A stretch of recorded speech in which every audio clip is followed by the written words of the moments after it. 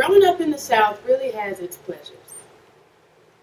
From the greenery, the place is beautiful, to people, we are known for our hospitality, and the food. My goodness, if you don't know Paula Dean, then you don't know cooking. The mosquitoes, now them suckers can go straight to hell. The South is just such a wonderful place to grow up in. But of course, you can't talk about the South without talking about religion.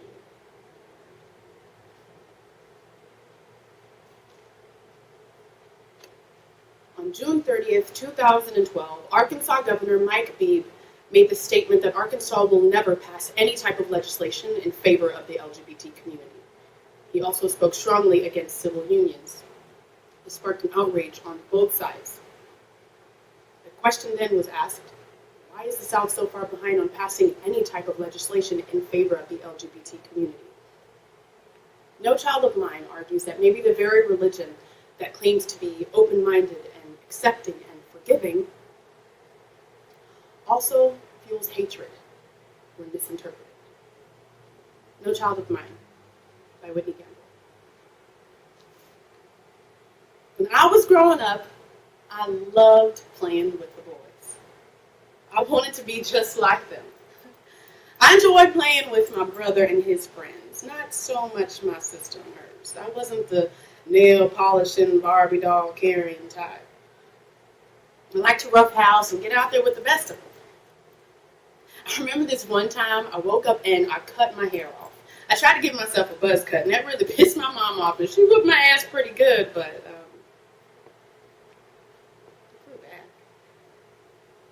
just wanted to be like a boy. Ever since I could remember. One day when I was 12 years old, my brother came home with his high school girlfriend, sweetheart at the time. I remember when she walked in, I thought, wow, she is so beautiful. And later that night, I imagined what it would be like to kiss her, and I liked it. I felt ashamed. I knew I wasn't supposed to like it, but I did.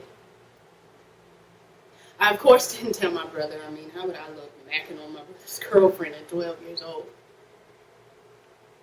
So I kept my secret all throughout elementary, middle, and eventually high school.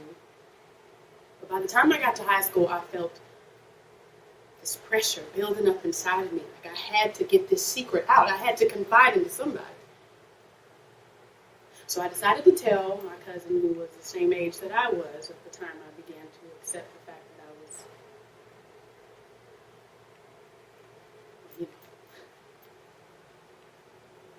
I ended up calling her over one night. I was her favorite cousin that she looked up to. We had a sleepover, exchanging secrets that we felt were heavy for a 12-year-old, and I told her I had a secret of my own. And right before I told her, I hesitated.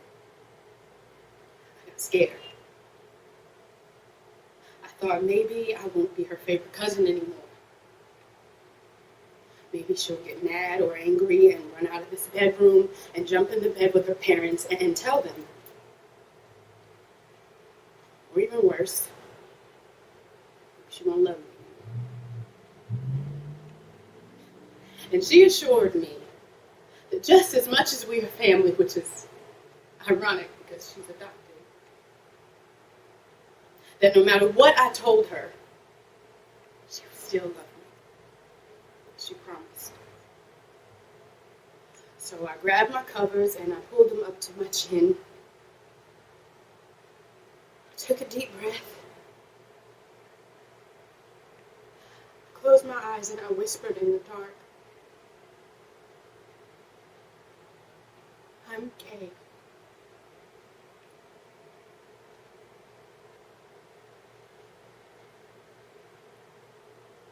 Her silence felt like it lasted for forever.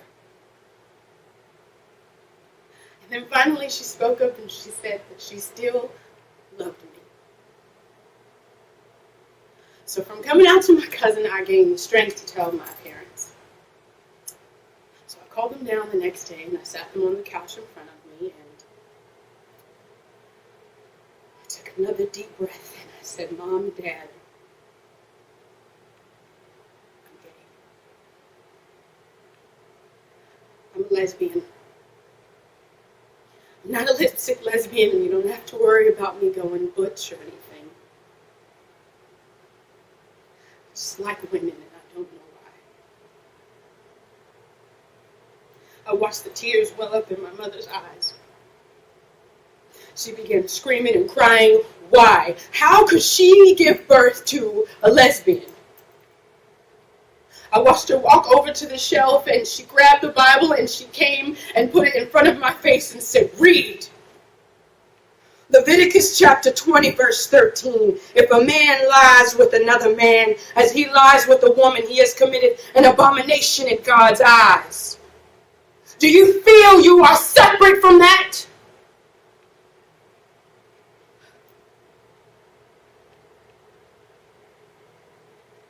No, ma'am. No, ma'am.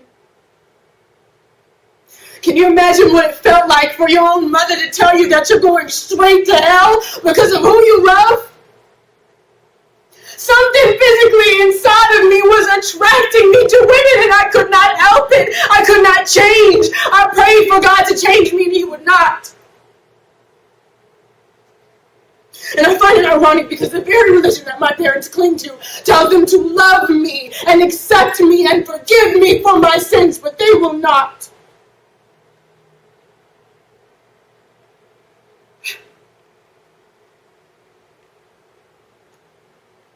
I came out to my parents 12 years ago. And they have not spoken to me since. At least I know that if my parents never forgive me or accept me or love me again, at least I have an awesome God who will.